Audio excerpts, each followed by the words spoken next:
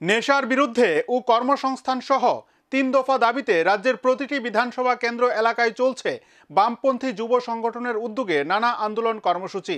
গৃহীত এই কর্মসূচির অঙ্গ হিসেবে তেলিয়ামুড়াতেও দাবি আদায়ের লক্ষ্যে রাস্তায় নামল বামপন্থী যুবরা। তেলিয়ামুড়া সিপিআইএম মহকুমা কার্যালয় থেকে পদযাত্রাটি বের হয়ে বিভিন্ন পথ পরিক্রমা শেষে তুইচিন্দ্রাই বাজারে পথসভায় মিলিত হয়। কর্মসংস্থানের দাবিতে নেশা বিরুদ্ধে আইনের শাসন পুনঃপ্রতিষ্ঠা করতে ভারতের গণতান্ত্রিক ফেডারেশন এবং উপজাতি যুব ফেডারেশনের সারা জাগানো পদযাত্রা তেলিয়ামুড়ায়।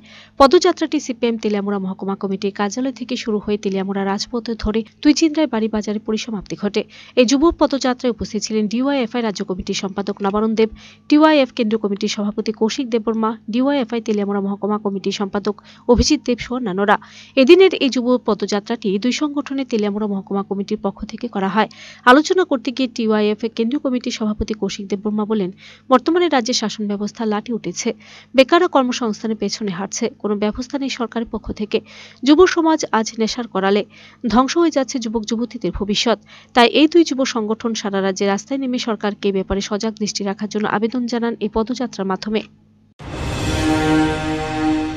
আমার আপনার ডিওয়াইএফ এবং টিওয়াইএফ এর কর্মীদের খালি না, এটা হচ্ছে গোটা রাজ্যের একটা জ্বলন্ত সমস্যা। এই সমস্যাটাকে নিয়েই আমরা ডিওয়াইএফ এবং টিওয়াইএফ রাস্তায় নেমেছি। আপনারা জানেন কি দেশে যে একটা সরকার চলছে 2014 পর থেকে, যে আরএসএস এবং তারই নেতৃত্বে বিজেপি একটা সরকার পরিচালনা করছে কেন্দ্রে। এই কেন্দ্রের সরকার গঠন করার আগে নরেন্দ্র মোদী এবং তার কোম্পানি অনেকগুলি প্রতিশ্রুতি দিয়েছিল। বছরে 2 কোটি চাকরির প্রতিশ্রুতি দিয়েছিল, 15 লক্ষ টাকা মানুষের অ্যাকাউন্টে ফিরিয়ে দেওয়ার কথা বলেছিল, কৃষকদের যে সুবিধা পাইয়ে দেওয়ার কথা বলেছিল, ছাত্র যুবদের কথা বলেছিল। কিন্তু আমরা কি দেখলাম বিগত দিনে? আমাদের অভিজ্ঞতা কি হলো?